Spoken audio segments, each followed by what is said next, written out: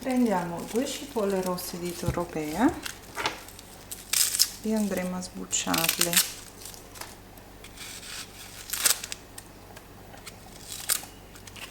Adesso andremo a tagliarle in 4, così, e poi così.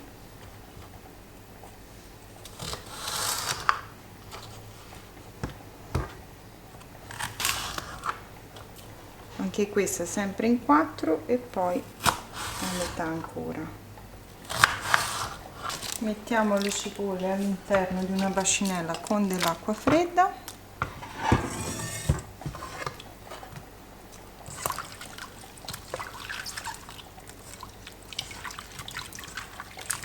Prendiamo la pasta sfoglia rotonda e andremo a srotolarla e a togliere la carta forno. Ecco qua, così.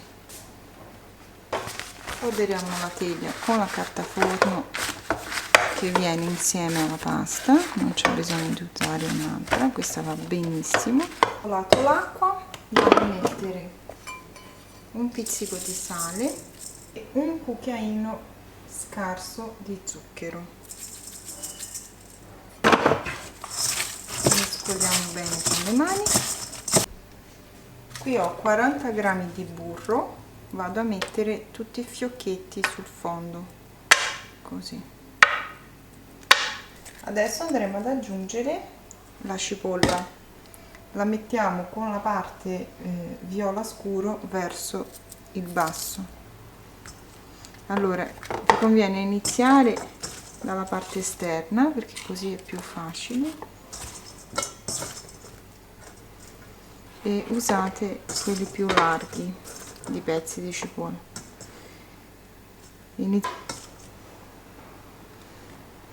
Cercando di mettere sempre la punta verso la parte fuori della teglia.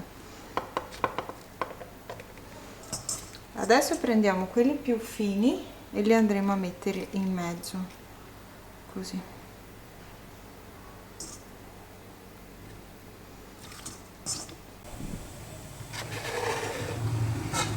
Prendiamo quel poco che è rimasto e lo andremo a tritare.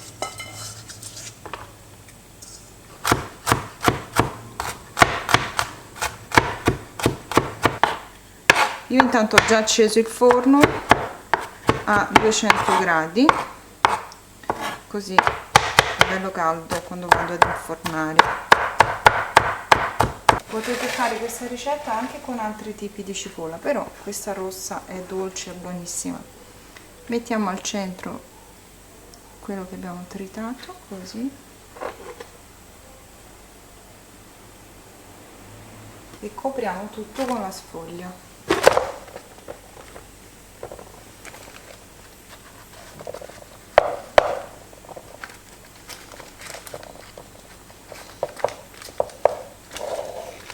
L'eccesso di sfoglia va ripiegato verso l'interno in questo modo.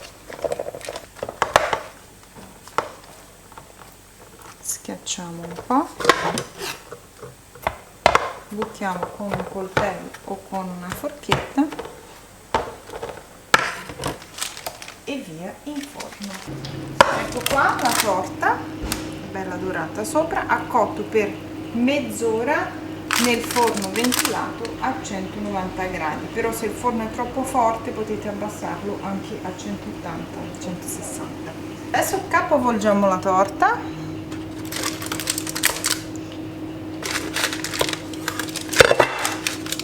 Olè!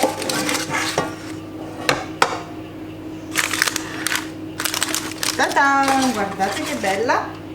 E la vado a rimettere in teglia per farla diventare bella gratinata anche sopra.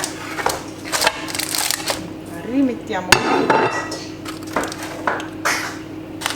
e facciamo cuocere sempre in forno ventilato per più o meno altri 10-15 minuti, deve diventare bella dorata. Ecco qua ragazzi la torta pronta, sfoglia super croccante, le cipolle sono caramellate Deliziose ragazzi, deliziosa questa torta, è una delle mie preferite.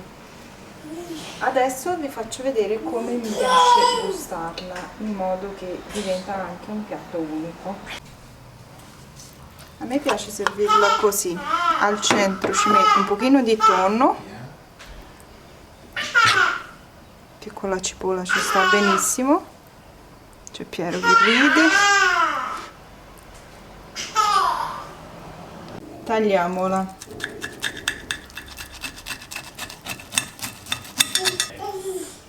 Ecco qua, la cottura della sfoglia è perfetta, bella croccante, le cipolle caramellate.